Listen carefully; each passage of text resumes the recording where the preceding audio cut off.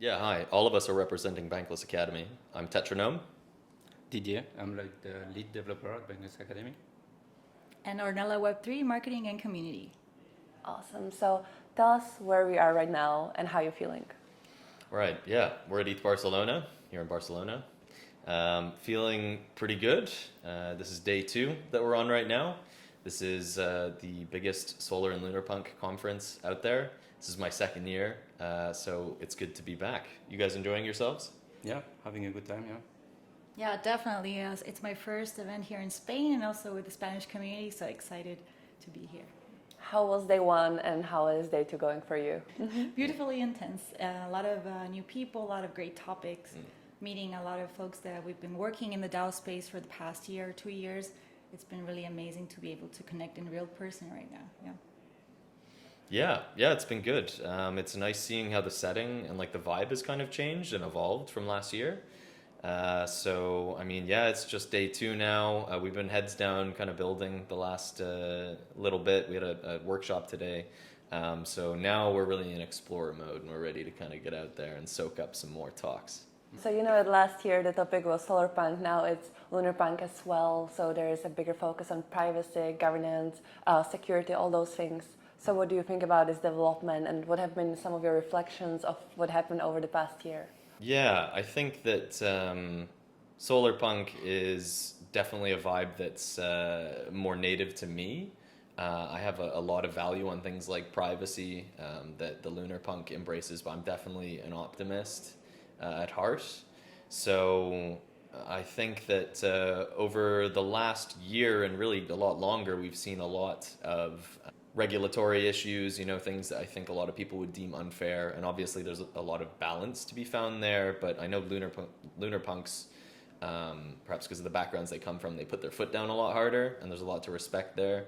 So we're kind of investigating and soaking that up. I can't speak as someone who is heavily lunar punk, but really happy to be getting more informed about that. And I mean, Ethereum itself has talked about having privacy layers in the future, right? We've had them at this point up until now, and then obviously with the issues with Tornado Cash recently, it's less accessible to people. But I know there's value on that kind of thing, and I'm interested to see the trade-offs that we make moving forward in hopes that we can really make privacy work on a societal scale. For me, learning more about solar punks last year and lunar punks next year really helps me understand it further, more deeper, so that we can also trespass that knowledge and way of thinking to new folks that are coming into the space. It's very important for us to understand it ourselves very well to be able to share it with more people. That's what we do at Bankless Academy. So the big picture is also very important to share. Yeah, very interested about the ZK technology, which is like helping in a privacy thing. A lot of zero knowledge building happening at the moment, so excited about Excited. that. Yeah. Soon zero knowledge proof course on Bankless Academy. Explain it to me like I'm 5 years old. So Soon, TM. I love that. So tell us a little more about the story of Bankless Academy. We're a project born out of Bankless DAO. It started probably 2.5 years ago. Didier was around there from the beginning. I actually joined a little further down the road. But yeah, it was initially called Project Onboard. It was funded by Bankless DAO, which is separate from Bankless HQ.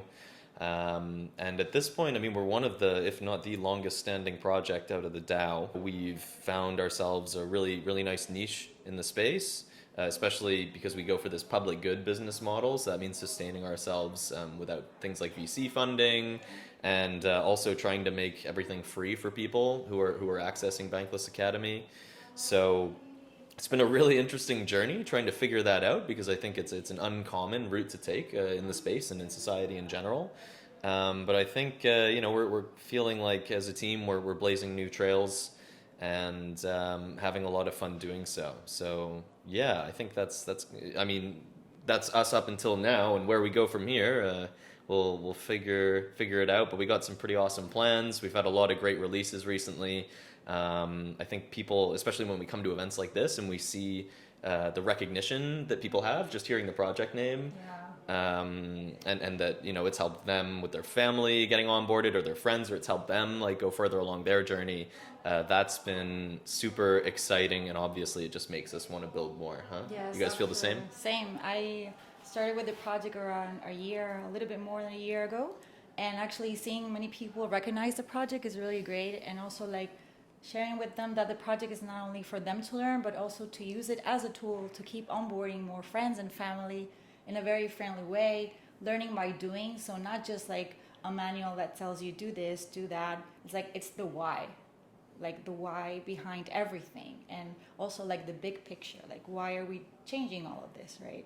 Why are we taking these new roads? Why are we here in the end? So great. Really excited about like including more people into like the journey, especially right now we're like in Spain, for example, like Spanish community is pretty big, and we're focusing soon on releasing multi-language and Spanish support. Yeah, there's a lot of cool stuff coming in terms of like accessibility for a wider range of people. I mean, small alpha leak, yeah, we're working on translation functionality, and the hope is that in the future that won't even be done by us. That will be something that the community can get involved with. Yeah, between us, we already have like 5 or 6 languages, which tells you like the broad scope of teaching that is available, right? So every time we're trying to incorporate new folks in the space. So we just launched like our beta version of the Spanish lesson in Bankless Academy en Español para todos.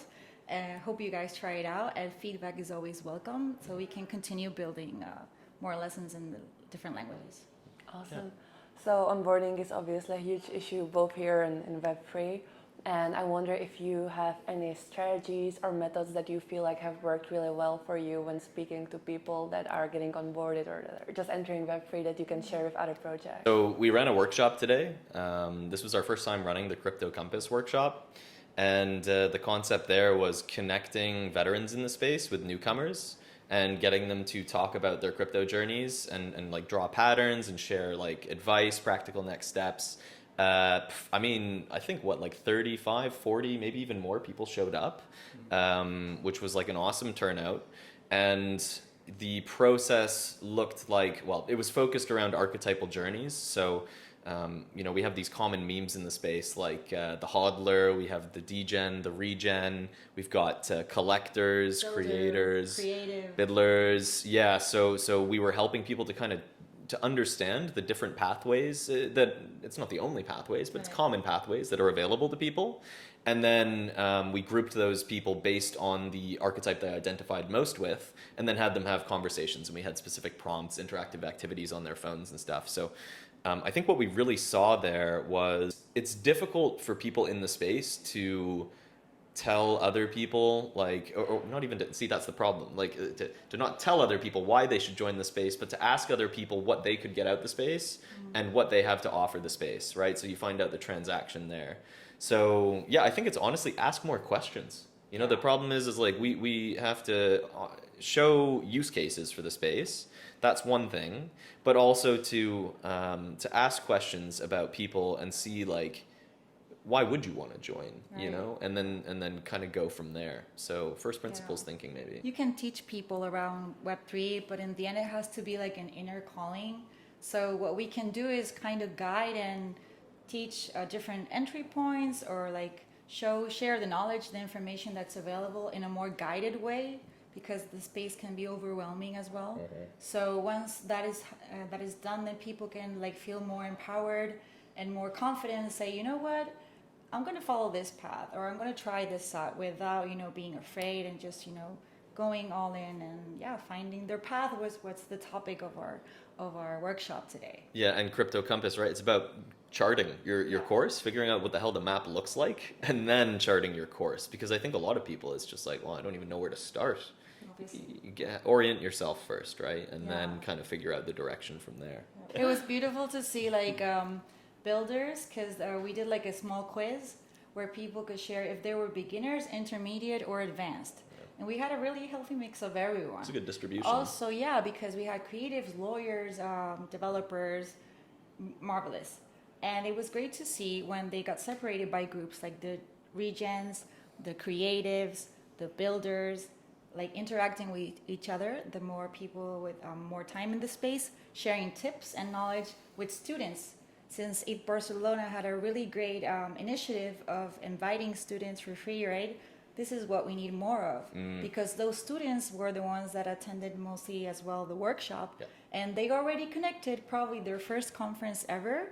They connected immediately with people that are very like deep in this space, so they can get inspired to continue learning. Yeah. Strip away the barriers to entry, make it personable, and give people community. I think that's what we kind of saw work today. What are you the most excited about when it comes to Barcelona or the next 2 days? Yeah, I always like, okay, so this happened yesterday. Someone walked up to me and it was a friend of mine, and they pointed at someone else and they're like, do you know who this is? And I was like, no, I don't know who that is. And they're like, it's this guy, you know, and like, it's like someone I've interacted with online plenty of time, kind of getting your mind blown, meeting people in reality, like in real life for the first time, when all you've known is their online persona. Obviously, you know their accomplishments in the space, but it's just, it's really special making that real life connection, because I think, you know, there's a lot of awesome stuff about Web3, but it's always missing that like superhuman element, right? And so it's the conferences, it's the human element for me. For us,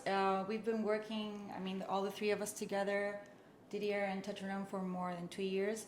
But it's the first time we met in person. Yeah. So we've been working together for like more than a year, and we just met now. It's like, you know, the culmination of a phase, the starting of a new one, because we're learning so much about each other, right? And how to move the project forward with all the feedback that we received here. And for me personally, I would say another highlight is to be able to connect with the Spanish community, because I'm from Chile, and being here, I live in Italy. But being like in an ETH event with Spanish-speaking people, it has been like really extraordinary. Yeah. Awesome. Well, thank you so much for joining us. That was great. Thank you. Thanks a lot. Thanks for having us here. Yeah. See you next year.